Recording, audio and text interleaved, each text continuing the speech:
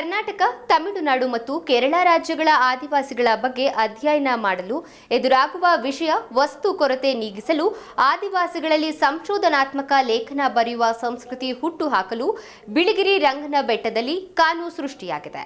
ಆದಿವಾಸಿಗಳ ನೆಲಮೂಲದ ಸಂಸ್ಕೃತಿ, ಜೀವನ ಶೈಲಿ ಸೇರಿದಂತೆ ಹಲವಾರು ವಿಷಯಗಳ ಬಗ್ಗೆ ಅಧ್ಯಯನ ಮಾಡಲು ಇದೊಂದು ಸುವರ್ಣ ಅವಕಾಶ. ಹಾಗಾದ್ರೆ ಏನಿದು ಕಾನೂನು, ಇಲ್ಲಿನ ಸೌಲಭ್ಯಗಳೇನು ಅಂತ ಡೀಟೇಲ್ಸ್ ನೋಡ್ಕೊಂಡು ಬನ್ನಿ. ದಕ್ಷಿಣ ಭಾರತದ ಮೊದಲ ಆದಿವಾಸಿ ಗ್ರಂಥಾಲಯ. ಕಾಡು ಅರಣ್ಯವಾಸಿಗಳ ಅಧ್ಯಯನಕ್ಕೆ ಕಾನೂನು. ಕರ್ನಾಟಕ, ತಮಿಳುನಾಡು ಮತ್ತು ಕೇರಳ ರಾಜ್ಯಗಳ ಆದಿವಾಸಿಗಳ ಅಧ್ಯಯನ ಮಾಡೋದಕ್ಕೆ ಎದುರಾಗುವ ವಿಷಯ ವಸ್ತು ಕೊರತೆ ನೀಗಿಸಲು ಆದಿವಾಸಿಗಳಲ್ಲಿ ಸಂಶೋಧನಾತ್ಮಕ ಲೇಖನ ಬರೆಯುವ ಸಂಸ್ಕೃತಿ ಹುಟ್ಟುಹಾಕಲು ಕಾನೂನು ಸೃಷ್ಟಿಯಾಗಿದೆ. ಕಾನೂನು ಅಂದ್ರೆ ನಿತ್ಯ ಹರಿದ್ವರ್ಣ ಕಾಡು. ಆದಿವಾಸಿಗಳ ಕುರಿತಾದ ಜ್ಞಾನ ಹಂಚುವ ಕೆಲಸವನ್ನ ಕಾನೂನು ಮಾಡಲಿದೆ. ಕಾನೂನು ಸಂಸ್ಥೆಯಲ್ಲ, ಆದಿವಾಸಿ ಹಕ್ಕುಗಳು ಮತ್ತು ಸಂಸ್ಕೃತಿ ಸಂರಕ್ಷಣೆಗೆ ಶ್ರಮಿಸ್ತಾ ಇರುವ ಸಮಾನ ಮನಸ್ಕರು ಹಾಗೂ ಸಂಶೋಧಕರು ಹುಟ್ಟುಹಾಕಿರುವ ಸಾಮೂಹಿಕ ಪ್ರಯತ್ನ. ಹೌದು, ಆದಿವಾಸಿಗಳ ನೆಲಮೂಲದ ಸಂಸ್ಕೃತಿ, ಸಂಪ್ರದಾಯ, ಆಚಾರ ವಿಚಾರ, ಇತಿಹಾಸ, ಹೋರಾಟ, ಜೀವನ ಶೈಲಿ, ಆಹಾರ ಪದ್ಧತಿ ಹೀಗೆ ಸಮಗ್ರ ಮಾಹಿತಿ ಒಂದೇ ಸೂರಿನಡಿ ಅಧ್ಯಯನಕ್ಕೆ ಲಭ್ಯವಾಗಬೇಕು ಹಾಗೂ ಮುಂದಿನ ಪೀಳಿಗೆಗೂ ಉಳಿಯಬೇಕು ಎಂಬ ಸದುದ್ದೇಶದಿಂದ ಯಳಂದೂರು ತಾಲೂಕಿನ ಬಿಳಿಗಿರಿ ರಂಗನ ಬೆಟ್ಟದಲ್ಲಿ ವಿಶಿಷ್ಟವಾದ ಗ್ರಂಥಾಲಯ ಆರಂಭವಾಗಿದೆ. ಜೇನುಕುರುಬ, ಕಾಡು ಕುರುಬರಿಗೆ ಸಂಬಂಧಪಟ್ಟ ಕೃತಿಗಳನ್ನು ಪ್ರದರ್ಶಿಸುವುದಕ್ಕೆ ಮತ್ತು ಸಂಶೋಧನೆಯನ್ನು ಉತ್ತೇಜಿಸುವುದಕ್ಕೆ ಚಿಂತನೆ ನಡೆಸಿ ಆದಿವಾಸಿ ಸಮುದಾಯದ ಸಮಾನ ಮನಸ್ಕರು ಒಗ್ಗೂಡಿ ದಕ್ಷಿಣ ಭಾರತ ಆದಿವಾಸಿ ಜ್ಞಾನ ಕೇಂದ್ರದ ಮೂಲಕ ಈ ಗ್ರಂಥಾಲಯವನ್ನು ಸ್ಥಾಪನೆ ಮಾಡಿದ್ದು, ಇದು ಸ್ಥಳೀಯ ಆದಿವಾಸಿಗಳಿಂದಲೇ ಉದ್ಘಾಟನೆಯಾಗಿದೆ. ಆದಿವಾಸಿಗಳ ಬವಣೆ, ಸಂಸ್ಕೃತಿ, ಸಂಶೋಧನೆಗೆ ನೆರವು. ಆದಿವಾಸಿಗಳ ಬವಣೆ ತಿಳಿಯಲು ಸಂಸ್ಕೃತಿ ಸಂಶೋಧನೆಗೆ ಈ ಗ್ರಂಥಾಲಯ ನೆರವಾಗಲಿದೆ. ಇಲ್ಲಿಯವರೆಗೂ ದೇಶದಲ್ಲಿ ಆದಿವಾಸಿ ಸಮುದಾಯಗಳ ಕುರಿತು ಹೆಚ್ಚು ಅಧ್ಯಯನ, ಸಂಶೋಧನೆಗಳು ನಡೆದಿಲ್ಲ.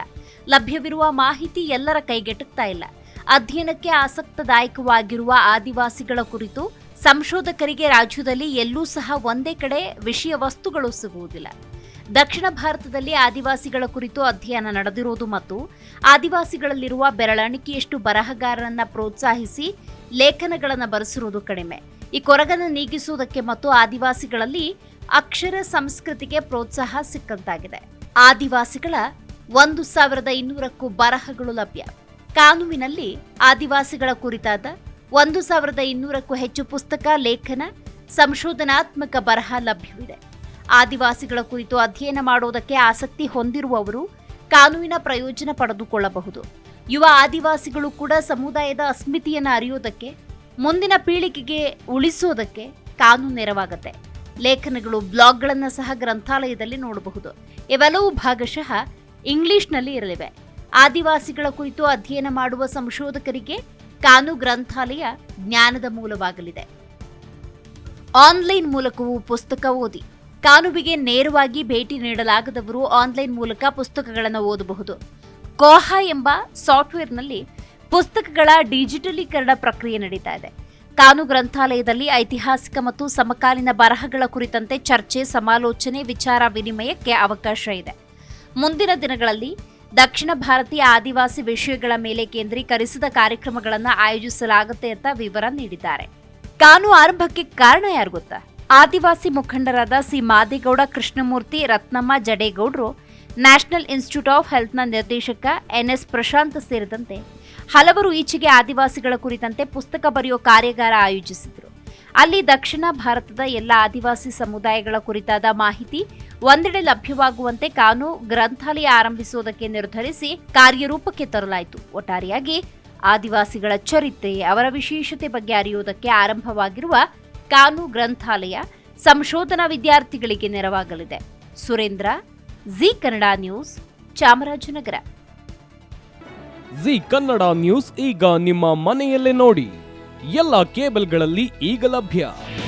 ನಿಮ್ಮ ನೆಚ್ಚಿನ ಜಿ ಕನ್ನಡ ನ್ಯೂಸ್ ಈಗ ಸನ್ ಡೈರೆಕ್ಟ್ ನಲ್ಲಿ number 292, Tata play number 1664, Jio TV number 1334, NXT digital number 30, in cable number 30, city networks 51, U digital number 162, GTPL number 17, Rockline telecommunications number 42, Shri Basaveshwara cable number 168, rural cable network 60, Vinayaka digital 57, Abhishek cable 821, city channel 53, Siddeshwara cable network 57, V4 digital Infotech 628, Surya digital networks 53, Gajanan digital number 836, Malnad infotech private limited number